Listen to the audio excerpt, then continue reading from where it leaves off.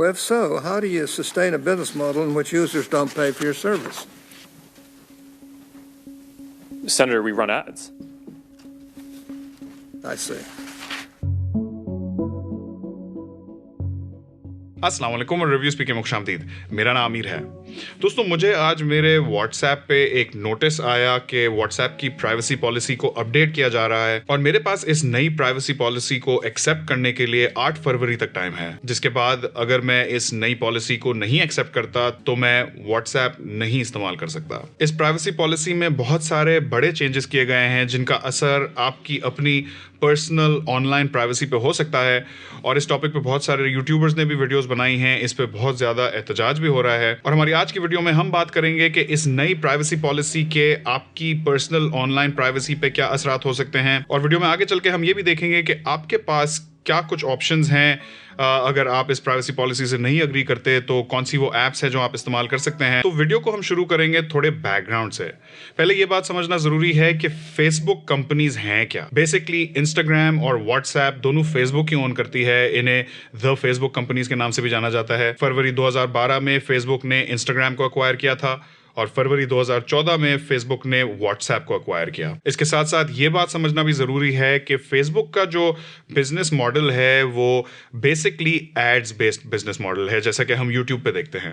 जब आप फेसबुक पे किसी पेज पे जाएंगे तो आपको राइट साइड पे बैनर एड्स दिखेंगी। अगर आप कोई वीडियो देखते हैं तो वीडियो में भी आपको एड्स दिखेंगी और बकौल फेसबुक इन एड्स को रेलेवेंट रखने के लिए फेसबुक बहुत सारी आपकी यूजर डेटा और आपकी यूसेज इंफॉर्मेशन को कलेक्ट करती है और फिर उसे एनालाइज करती है ताकि आपको बकौल फेसबुक बेहतर एड्स सर्व की जा सकें। फेसबुक का कहना यह है कि रेलेवेंट एड्स दिखाने से बिजनेसेस को भी फायदा होता है क्योंकि यूजर्स के प्रोफाइल से मुताबिकत रखती हुई एड्स ही उनको सर्व की जाती हैं, जिससे बिजनेसेस की सेल्स जनरेट होती हैं। साथ ही साथ एज ए यूजर आपके लिए भी एक्सपीरियंस ज़्यादा अच्छा रहता है कि आपको वो एड्स दिखाई जाती हैं जिन चीज़ों में आपका ज़्यादा इंटरेस्ट हो। अब क्योंकि इन तीनों प्लेटफॉर्म्स यानी कि फेसबुक, इंस्टाग्राम और व्हाट्सएप पे आप अपनी बहुत सारी पर्सनल इंफॉर्मेशन शेयर कर रहे होते हैं तो यकीनन इन वेबसाइट और इन सोशल मीडिया प्लेटफॉर्म से रिलेटेड बहुत ज़्यादा बड़ी बहस छिड़ चुकी है ऑनलाइन डेटा सिक्योरिटी और आपकी अपनी पर्सनल प्राइवेसी के मुतालिक। तो एक बहुत ही लंबे अरसे से ऑनलाइन राइट टू प्राइवेसी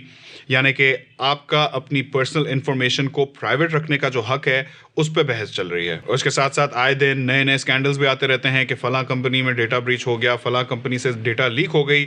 और फेसबुक के साथ भी 2015 में हमने देखा कि एक बहुत ही बड़ी स्टोरी आई थी जिसमें फेसबुक के बहुत सारे यूजर्स का डेटा एक दूसरी यूके की कंपनी कैम्ब्रिज एनालिटिका के पास चला गया था और इस डेटा लीक में या इस डेटा ब्रीच जिसको बाद में कहा जा रहा था उसमें कहते हैं कि 87 मिलियन अमेरिकन यानी कि 9.25 करोड़ अमेरिकन की पर्सनल प्रोफाइल डेटा इस कंपनी कैम्ब्रिज एनालिटिका के पास चली गई थी। और बहुत से लोग मानते हैं कि फिर बाद में इस डेटा को इस्तेमाल किया गया यूएस इलेक्शंस को मुतासिर करने के लिए। बाद में यह भी कहा गया कि ब्रेक्जिट का जो यूके में इलेक्शन हुआ था उसको भी ऐसी ही डेटा के जरिए काफी मुतासिर किया गया था। और इस ऑनलाइन प्राइवेसी पे 2 डॉक्यूमेंट्रीज बहुत अच्छी हैं जो मैंने देखी हैं, नेटफ्लिक्स पे हैं। एक है द सोशल डिलेमा और दूसरी है द ग्रेट हैक।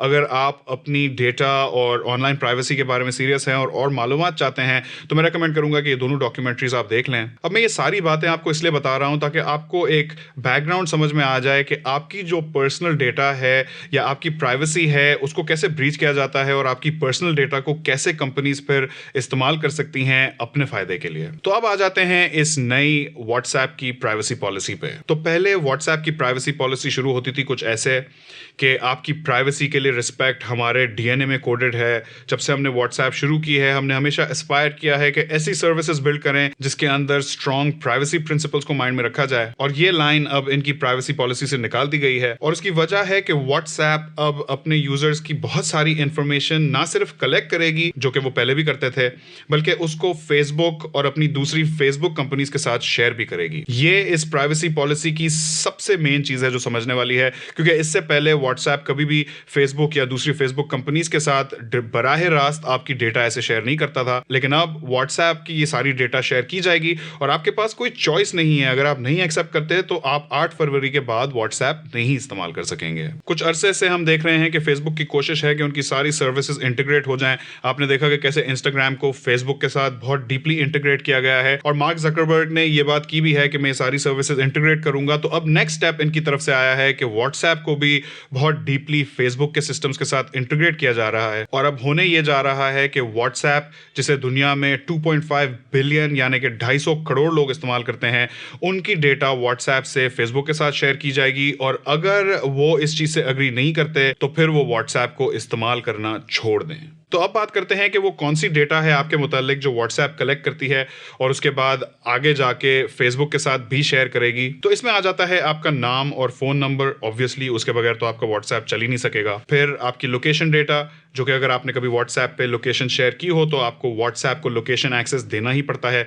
लेकिन अगर व्हाट्सएप को लोकेशन एक्सेस ना भी दें तो वो आपके IP addresses, mobile network, ISP, language, time zone वगैरह से अंदाज़ा लगा लेते हैं कि आप कहाँ मौजूद हैं। फिर आपके फ़ोन का model, OS, battery level, signal strength, browser, आपके फ़ोन का IMEI, इसके साथ साथ आपकी पर्सनल प्रोफाइल डिटेल्स, आपका स्टेटस, आप किसको मैसेज कर रहे हैं, आप कौन से ग्रुप्स का हिस्सा हैं, आपके दोस्त कौन हैं, आप आखिरी बार कब ऑनलाइन थे और अगर आपके मुल्क में व्हाट्सएप पेमेंट्स मौजूद हैं तो आपके फाइनेंशियल ट्रांजैक्शंस की भी डिटेल्स। बाय द वे, जहां तक बात है आपके पर्सनल मैसेजेस की, तो व्हाट्सएप अब भी एंड टू एंड इनक्रिप्टेड है, यानी कि जब आपके फ़ोन से एक मैसेज निकलता है तो वो इनक्रिप्ट होकर निकलता है और व्हाट्सएप के सर्वर्स पे सेव किया जाता है जब तक वो डिलीवर नहीं हो जाता दूसरे डिवाइस पे, और फिर जैसे ही दूसरे डिवाइस पे डिलीवर हो जाता है तो उस मैसेज को डिलीट कर दिया जाता है और इस पूरे प्रोसेस में कोई भी आपका मैसेज पढ़ नहीं सकता, इवन व्हाट्सएप आपका मैसेज नहीं देख सकते। तो end to end encryption is still there और ज्यादातर जो ये इन्फॉर्मेशन मैंने आपको भी बताई, ये व्हाट्सएप हमेशा से ही आपके बारे में रिकॉर्ड करता था ऐप को चलाने के लिए और सारे आपके डायग्नोस्टिक्स और उस टाइप की चीज़ें। लेकिन जैसा कि मैंने पहले बताया, इस बार जो सबसे बड़ा फ़र्क है इस प्राइवेसी पॉलिसी में वो ये है कि ये सारी डेटा अब फेसबुक के साथ शेयर की जाएगी और फिर फेसबुक ज़ाहिर है इसको एनालाइज करेगी और अपने बेनिफिट के लिए इस्तेमाल करेगी, अपनी सेल्स बढ़ाने के लिए वो आपकी डेटा इस्तेमाल करेंगे पैसे कमाने के लिए। अब जाहिर है आप में से बहुत सारे लोग सोच रहे होंगे कि यार मैंने तो कोई गलत काम नहीं किया, मुझे कोई फ़र्क नहीं पड़ता मेरी इन्फॉर्मेशन कहाँ भी जाए या मुझे कोई चीज़ छुपाने की ज़रूरत नहीं है। या फिर ऐसे भी लोग होंगे जिनने व्हाट्सएप इतने टाइम से इस्तेमाल किया है कि अब उनकी बहुत लंबी कम्युनिकेशन हिस्ट्री व्हाट्सएप पे मौजूद है।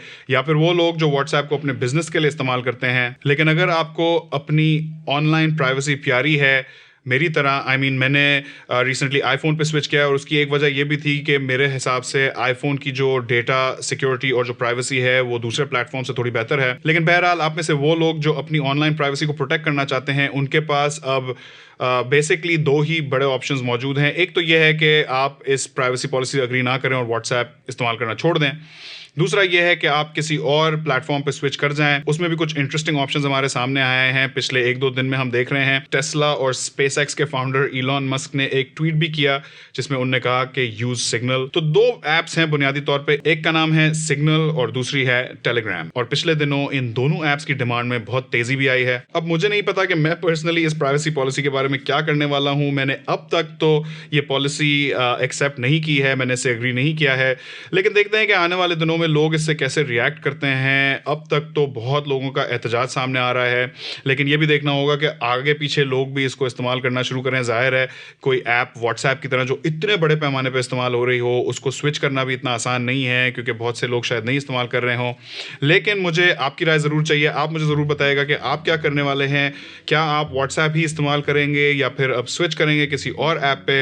अगर कोई और कॉमेंट, सजेशंस या फिर क्वेश्चंस हों उनको कॉमेंट सेक्शन में ज़रूर लिखिएगा। वीडियो पसंद आई हो तो इस पर लाइक देना ना भूलिएगा। अगर चैनल को सपोर्ट करना चाहते हैं तो इस वीडियो को शेयर भी कर सकते हैं। इस वीडियो में इतना ही। वीडियो आखिर तक देखने का बहुत बहुत शुक्रिया। इंशाल्लाह आपसे मुलाकात होगी अगली वीडियो में। अल्लाह हाफिज।